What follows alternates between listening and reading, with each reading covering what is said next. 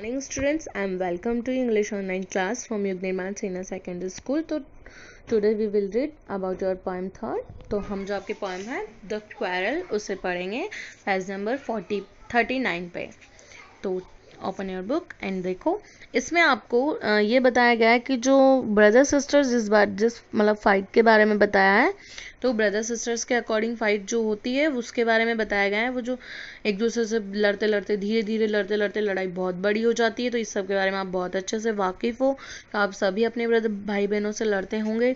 तो ये पोएम हम अपने लड़ाई के लिए पढ़ेंगे. तो मतलब ये जो लड़ाई के बारे में है, तो देखो, I quarreled with my brother. I don't know what about. One thing led to another and somehow we fell out.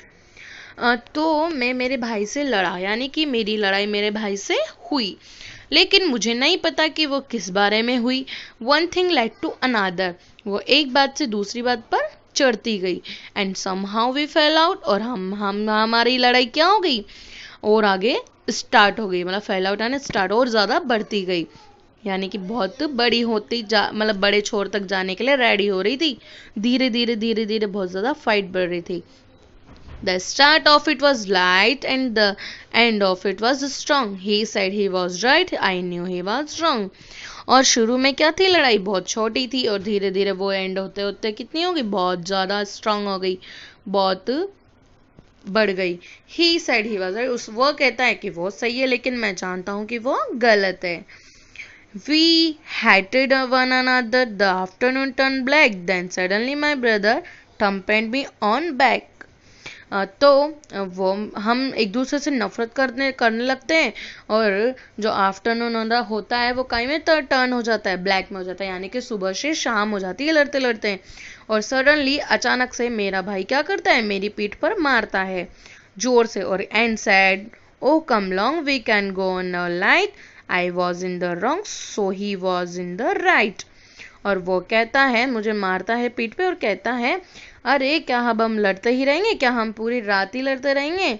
ठीक है भाई, मानता हूँ मैं गलत हूँ और तुम सही हो. बात कुछ भी है, जो भी है, मैं गलत हूँ और तुम सही हो. तो इस लड़ाई को यहीं ख़त्म करते हैं. तो ये थी हमारी स्टोरी, मतलब जो पोएम है वो यहाँ पे थी. अब हम इसके बाद अपने जो क्वेश्चन आंसर्स हैं उन्हें देखते हैं. With your partner, try to guess the meaning of the underlined phrases. तो अब आपको इसमें जो पार्टनर्स के साथ गैस करना है, मतलब ये जो अंडरलाइन फ्रेजेस बताने हैं. तो and somehow we fell out, तो इसमें फेल आउट फ्रेजेस है. And the afternoon turn black, तो इसमें टर्न ब्लैक है. And now second, read this lines from the poem one thing like to another.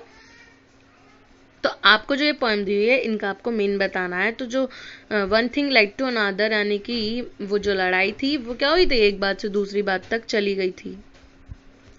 तो वो एक बात से दूसरी बात बढ़ती चली गई थी. तो हम इसके बारे में बोल सकते हैं small argument like to another argument. ये इसका मीन लिख सकते हैं हम कि एक बात दूसरी बात पर बढ़ती गई.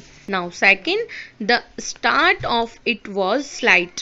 तो जब वो लड़ाई स्टार्ट हुई थी तो अब क्या थी, वो लाइट थी. तो हम इसके लिए कह सकते हैं when the argument started it was light and over is small. तो जब लड़ाई हुई थी तो तब क्या थी, वो छोटी थी और बाद में वो बहुत क्या हो गई, the end of it was strong, और बाद में वो स्ट्रांग हो गई.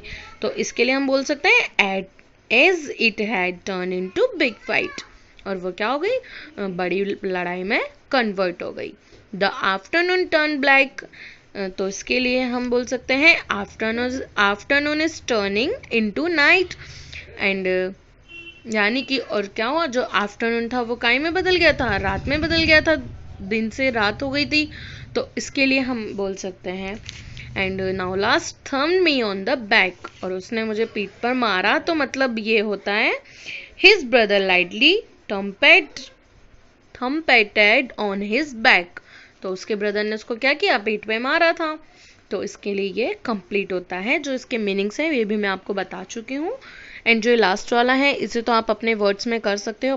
अपने ब्रदर के साथ जो भी फाइट हुई हो उसके बारे में आप अपने शब्दों में लिख सकते हो, वरना it's not important for you.